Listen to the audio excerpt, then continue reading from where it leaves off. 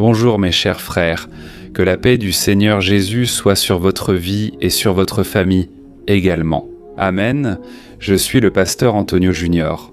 En priant ici, j'ai demandé à Dieu une parole et je veux aujourd'hui vous donner une direction spirituelle. Je sais que beaucoup d'entre vous traversent une période de transition. C'est comme si les choses changèrent dans votre vie, ou du moins vous sentez qu'un changement approche. Cela arrive chaque fois que Dieu veut faire du nouveau et a besoin que vous dépendiez entièrement de lui. Parce que c'est à ce moment-là que le diable va te présenter des raccourcis, c'est-à-dire le diable va t'offrir quelque chose de très attirant, qui va ressembler beaucoup à ce que Dieu a déjà dit à ton cœur. Et si tu ne pries pas, si tu ne veilles pas, et si tu te laisses guider par tes sentiments ou par ce que tes yeux trouvent meilleur, tu vas tomber. C'est pour cela que je suis ici aujourd'hui pour être la voix de Dieu dans ta vie. Fais attention aux personnes qui t'entourent, aux conseils que tu reçois. Beaucoup de gens ont de bonnes intentions, mais sans vision spirituelle de ce que Dieu t'a déjà dit. Elles peuvent être la bouche de Satan, c'est bien ça, frère. Je ne suis pas en train de dire que ton parent, ton ami vient du diable, ce n'est pas ça. L'ennemi peut utiliser la bouche de ces personnes pour te parler ou te donner un conseil hors de la volonté de Dieu. D'accord ? Ce conseil va vraiment ouvrir ta vision spirituelle et je crois que si tu restes jusqu'à la fin, tu seras très édifié, d'accord ? Je veux d'abord remercier tous ceux d'entre vous qui suivent la chaîne ici. Il y a tellement de commentaires de personnes en dehors du Brésil, des personnes qui me suivent depuis des années. Mes frères, je suis tellement heureux pour cela. Récemment, un enfant m'a dit « Pasteur, je te suis depuis mes 6 ans. Aujourd'hui, cela fait 3 ans que je te suis, mes frères, les prières du matin, la prière du soir. Je l'ai prise dans mes bras et dit « Oh ma fille, que Dieu te bénisse et garde ta foi pure. Gloire à Dieu pour tout. Abonne-toi à ma chaîne si ce n'est pas déjà fait, c'est rapide et facile. Clique sur s'abonner et active la cloche pour ne manquer aucune de mes vidéos. D'accord ? Gloire à Dieu, frère. Aujourd'hui, je veux vous parler de la vision spirituelle, de la nécessité d'avoir une vision claire de ce que Dieu a pour votre vie. Pensez à Jésus, pensons ici à lui, Jésus. Il est venu avec le but de mourir sur la croix, certains de mourir sur la croix pour les pécheurs. Le diable a toujours tenté de détourner Christ de sa voie, notamment lors de la tentation au désert, où il l'a emmené sur la haute montagne. Et il a dit « Si tu te prosternes devant moi, je te donnerai toutes ces choses. » Autrement dit, il a offert la gloire du monde, toutes les richesses. Pourquoi ? Le diable ne voulait-il pas que Jésus aille à la croix ? Il voulait que Jésus prenne un raccourci, de sorte que s'il adorait simplement Satan, il recevrait toutes ces choses en échange. Pourquoi le diable a-t-il promis cela ? Adam et Ève, en péchant et désobéissant à Dieu, ont transmis le contrôle. Satan domine ce monde, et Jésus a déclaré que Satan en est le prince. Vu la situation, il est facile d'imaginer que le diable contrôle le monde. N'est-ce pas vrai, mes frères ? Ou pensez-vous que Dieu est en faveur de l'avortement ? Que Dieu est en faveur des enfants abusés ? Que Dieu est en faveur de la violence, des mauvais traitements, de la corruption ? Dieu n'est pas impliqué, mes frères. Tout cela vient du mal, car le monde est sous le pouvoir du malin, selon la parole du Seigneur. Alors Jésus est venu avec le but de mourir sur la croix, mais Satan n'a pas réussi à faire en sorte que Jésus l'adore, parce que Jésus a dit « Satan, éloigne-toi de moi, car c'est à Dieu seul que nous devons rendre un culte. » Et à ce moment-là, la Bible dit que l'ennemi s'est retiré, attendant une prochaine occasion. Et quelle a été cette autre occasion ? Cela s'est passé dans la propre maison, au sein même de l'entourage de Jésus, à travers le disciple Pierre. Pierre était animé de bonnes intentions. Il a toujours voulu protéger Jésus, allant jusqu'à couper l'oreille du soldat, mais c'était avec de bonnes intentions. Il a aussi dit à Jésus qu'il n'irait pas à la croix en aucun cas. Je veux te lire ce qui est écrit dans Matthieu chapitre 16, versets 21 à 23. Fais attention à ce qui est écrit. Jésus a commencé à parler clairement à ses disciples. Il a dit qu'il devait aller à Jérusalem et souffrir beaucoup de choses de terribles. Livré aux chefs, prêtres et maîtres de la loi, il serait tué mais ressusciterait le 3e jour. Pierre l'a pris à part et l'a réprimandé pour ses propos. « Jamais, Seigneur, dit-il, cela ne t'arrivera jamais. » Alors Jésus se tourna vers Pierre et dit « Arrière de moi, Satan, tu es un obstacle pour moi. Tu ne considères les choses que du point de vue humain et non du point de vue de Dieu. » Amen. Frères, regardez comme c'est intéressant. À ce moment, Pierre a appris que Jésus allait à la croix, car Jésus le lui avait clairement dit. Il serait fouetté, maltraité, moqué, humilié. À ce moment-là, Pierre a dit « Seigneur, cela ne t'arrivera jamais. » Mais alors Jésus a fait preuve de discernement spirituel. C'est comme s'il entendait Satan parler par Pierre et il a dit « Arrière, Satan, éloigne-toi de moi. Tu es un obstacle pour moi. Tu ne considères les choses que du point de vue humain et non de la perspective de Dieu. Frères, laissez-moi vous dire, méfions-nous de ceux qui ont de bonnes intentions sans vision spirituelle. » Écoutez, je crois que beaucoup d'entre vous ici réfléchissent maintenant aux personnes autour de vous qui vous ont donné des conseils. Faites très attention, frères. Vous savez quand vous êtes décidé à suivre un chemin mais que soudainement vous pensez « Ah, je vais prendre le raccourci, je vais prendre ce chemin-là, comme ça j'arriverai plus vite. » Soudain, vous prenez le raccourci et recevez un choc en réalisant que ce n'était pas un bon choix. Pourquoi ? La rue est pleine de trous et de virages, non ? Vous avez mis plus de temps à cause des nombreux feux de signalisation. En résumé, mes frères, ça n'en valait pas la peine. De la même façon, mes frères, prendre un raccourci paraît avantageux au début, mais on en subit ensuite les conséquences. Soyez donc prudents avec les raccourcis. Et tout comme Jésus l'a fait, parce que Jésus était décidé, je vais à la croix, mais Pierre avait de bonnes intentions. Et pourquoi Satan a-t-il utilisé la bouche de Pierre ? Parce que Pierre ne voyait les choses que du point de vue humain. Il ne voyait pas selon la perspective de Dieu. Autrement dit, il n'était pas encore si spirituel. Il n'était pas mûr dans sa foi et ne comprenait pas les plans du Seigneur. Pour lui, il était naturel de croire que Jésus allait vaincre et gouverner Israël, retirant à Rome son pouvoir sur les Juifs. Il voyait un Jésus victorieux, jamais humilié sur la croix. Je sais qu'il est facile de juger Pierre aujourd'hui, mais frère, à ma place, je ne sais pas comment j'aurais réagi en voyant mon maître dire qu'il serait puni et humilié. Frère, nous devons avoir une vision selon la perspective de Dieu. Parfois, tu te retrouves devant une personne qui traverse un grand désert, un moment difficile, et alors quelle était ta première intention ? C'est de sortir cette personne de ce désert ? Mais frère, si Dieu avait voulu que cette personne vive cela, et si elle devait vraiment traverser cette épreuve, tu peux alors devenir une pierre d'achoppement. Tout comme Satan l'était dans le ministère de Jésus, il était une pierre d'achoppement.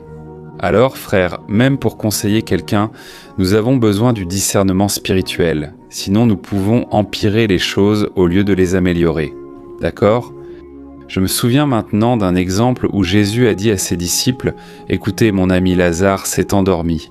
C'est-à-dire que Jésus disait qu'il était mort et il a dit « Et je vais là-bas pour le réveiller, je vais là-bas pour le ressusciter ». Lazare était en Judée, mais les disciples ont dit « Seigneur, la dernière fois que tu y étais, on voulait te lapider. Et tu veux vraiment y retourner ?» Jésus répondit « Ne savez-vous pas qu'un jour compte 12 heures ? Celui qui marche dans la lumière ne trébuche pas, car il n'est pas dans les ténèbres. » Autrement dit, Jésus disait « Écoutez, je suis guidé par l'Esprit Saint. Je ne suis pas guidé par mes sentiments, parce que je pense être le mieux. Non, c'est mon Père qui me confirme où je dois aller, et je ne fais que ce que mon Père ordonne, je ne dis que ce que mon Père dit. » Alors, frères, nous devons être guidés par l'Esprit Saint, et non par nos propres opinions, nos sentiments. Nous ne devons pas être guidés par notre propre compréhension. Comme le dit Proverbe chapitre 3, c'est ainsi que nous accomplirons la volonté du Père. Que de personnes voyons-nous aujourd'hui, frères ? On dirait que la personne a perdu l'onction de Dieu, qu'à un moment donné, elle s'est égarée. Elle ne sait même pas où elle est tombée, où elle s'est perdue. Mais généralement, frère, c'est à travers les conseils des autres. En général, c'est quand elle prend un raccourci. Elle ne veut plus porter la croix ni lutter contre le péché, alors elle commence à se laisser aller. Quand elle s'en rend compte, elle est déjà loin du Seigneur. Beaucoup prêchent aujourd'hui, mais semblent avoir perdu cette onction. Pourquoi ? Parce qu'à un moment donné, elles ont conclu un contrat qui n'était pas de Dieu. À un moment donné, elles n'ont pas prié pour prendre une décision, pour conclure un partenariat. et nous devons prendre toutes les précautions possibles. Gloire à Dieu. Frères, je veux juste vous rappeler ici un dernier exemple. L'apôtre Paul, avant de devenir l'apôtre Paul, c'était un homme religieux juif, vous vous souvenez peut-être. Et comme le christianisme grandissait, il pensait que le christianisme était une menace pour le judaïsme.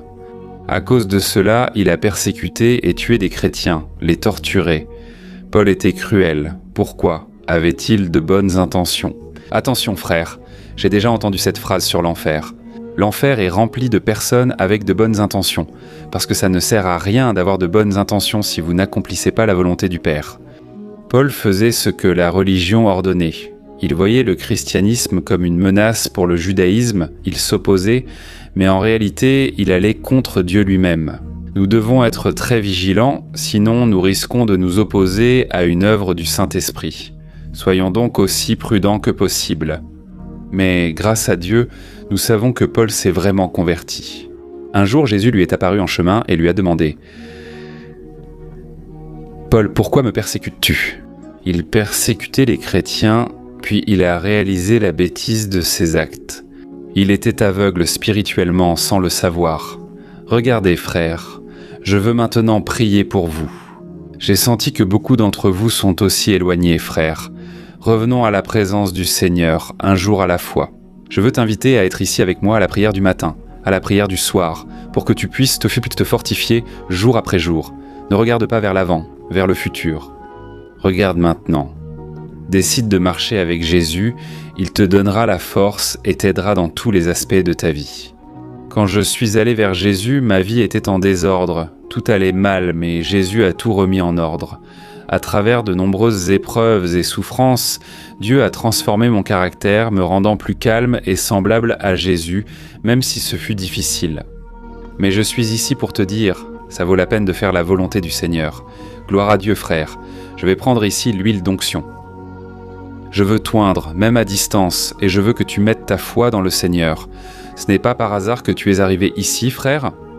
Regarde, j'ai déjà vu ici de nombreux témoignages de personnes disant « Pasteur, la première fois que je t'ai entendu, Dieu m'a parlé comme si c'était une personne qui parlait devant moi. » Frère, c'est l'œuvre du Saint-Esprit. Qui suis-je pour faire une chose pareille ? Je ne te connais pas bien, mais Dieu te connaît et te parle en ce moment. Alléluia, je crois que Dieu t'a déjà touché aujourd'hui et qu'il va encore le faire. D'accord ? Écris en commentaire « Dieu m'a parlé aujourd'hui » et reçois cette prière. Si possible, ouvre les mains et je prie pour toi maintenant. Et à la fin, je te demande de partager. Je sais que des personnes seront touchées aujourd'hui par la puissance du Saint-Esprit à travers toi. Partageons cette prière, gloire à Dieu. Prions. Seigneur mon Dieu et Père, nous sommes ici devant toi aujourd'hui et je te remercie car ce lâche a été difficile. L'ennemi a tenté de m'empêcher d'enregistrer cette vidéo. Cela semblait une grande bataille, mais le Seigneur m'a encore donné la victoire. Alléluia. Ô Seigneur, merci pour cette parole que tu as déposée dans mon cœur et, à travers moi, tu as touché tant de vies ici. Alléluia, Seigneur. Merci pour cet homme et cette femme. Je te demande d'achever l'œuvre commencée dans leur vie, Père. Dès aujourd'hui, Seigneur, une nouvelle histoire débute. Père, ramène cette brebis perdue, cette personne égarée dans le péché et ce monde. Ô Seigneur mon Dieu, il n'a pas été facile de vivre ici, Père. Souvent, l'ennemi tente de nous décourager et de freiner notre avancée. Il nous propose des raccourcis, et le problème c'est que nous y succombons. Ayez pitié, Père, nous avons besoin de ta grâce, ô Seigneur, mon Dieu et mon Père. J'étends mes mains vers tes enfants et demande, oins-les, mon Père, avec la puissance du Saint-Esprit. Que cette personne ressente le feu de ton esprit, mon Dieu. Tout le mal s'en allait, toute oppression tombait à terre. Au nom de Jésus, je réprimande toute œuvre du mal, je réprimande toute oppression maléfique. Partez au nom du Seigneur Jésus. Toute sorcellerie, tout ce qui a été fait contre cette personne pour nuire à son mariage, pour nuire à son travail, à sa santé, je réprimande maintenant toute œuvre de sorcellerie au nom du Seigneur Jésus. Je te demande, mon Père, d'entourer cette personne de tes anges pour qu'elle reçoive ta présence et ta grâce. Et s'il y a quelqu'un ici, mon Dieu, qui n'a pas encore remis sa vie à Jésus, Ô Seigneur Dieu et Père, inscris son nom dans le livre de la vie. Pardonne les péchés, mon Dieu, efface la culpabilité, Seigneur, et apporte, Seigneur, ta paix qui dépasse toute compréhension. Ô Seigneur, répands la paix sur tes enfants et serviteurs, et fortifie-les, mon Dieu. Ces dirigeants spirituels, ces personnes fatiguées, accablées, qui peinent à avancer, à prier ou à lire la Bible. Ô mon Dieu, mon Père, ramène au premier amour et renouvelle en cette personne, mon Dieu, un esprit inébranlable, une foi inébranlable. Ô mon Dieu, je te remercie pour tout ce que tu as fait ici aujourd'hui. Merci Seigneur pour ces moments de prière. Merci pour la prière du matin, du soir. Et surtout, mais pour chacun de ceux qui sont ici à partager et à écouter ces messages. Au nom de Jésus, je prie et je te remercie déjà. Amen. Gloire à Dieu. Alléluia.